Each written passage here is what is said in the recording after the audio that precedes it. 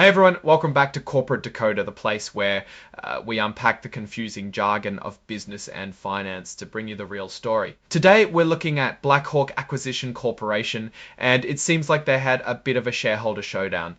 So back on July 8th, 2025, Blackhawk Acquisition Corporation held a big meeting for their shareholders, and let's just say it wasn't all smooth sailing. This report is actually an amendment to a previous filing, so they're correcting or adding a bit more detail about what happened after that meeting. The company itself is a SPAC, a special purpose acquisition company. Think of them as a company that goes public specifically to buy another company. They had a deadline to find a target company, and it looks like time was running out and they had to make a decision. Now, the really interesting part is what happened with the shareholder voting at that meeting on July 8th.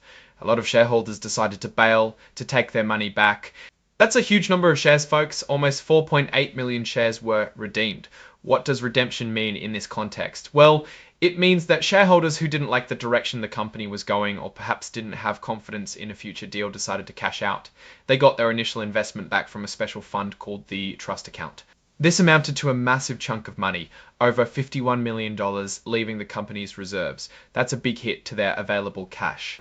And they got back about $10.68 per share. So for every share they owned, they got that amount back. After all those shareholders took their money and ran, there was still about $22.7 million left in that trust account. This is the money that's available for the company's operations or for a future acquisition.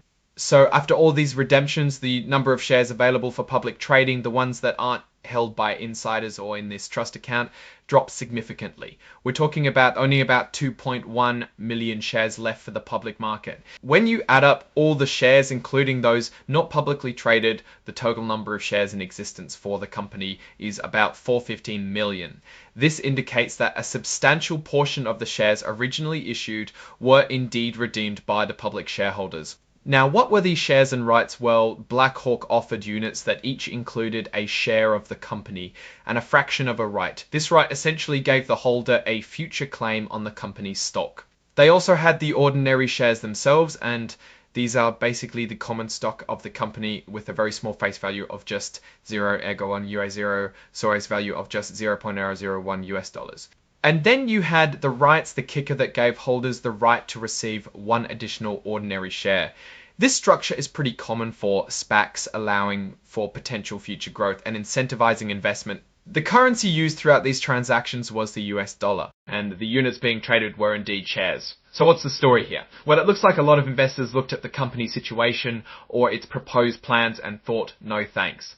They chose to get their money back rather than stick around. This is a common situation for SPACs when they face uncertainty or when shareholders lack confidence in the management team or their merger targets. While the company still has some cash and a smaller set of shareholders, it signals a lack of broad investor support at this particular moment. It's a real sign that the market wasn't convinced about the path forward, and many decided to cut their losses or simply take their capital elsewhere.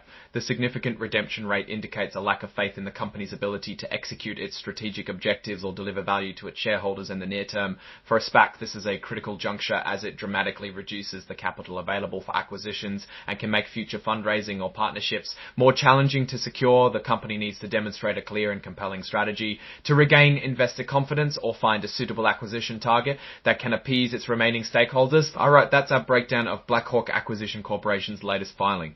What's your take on these numbers and what they signal for the company's future?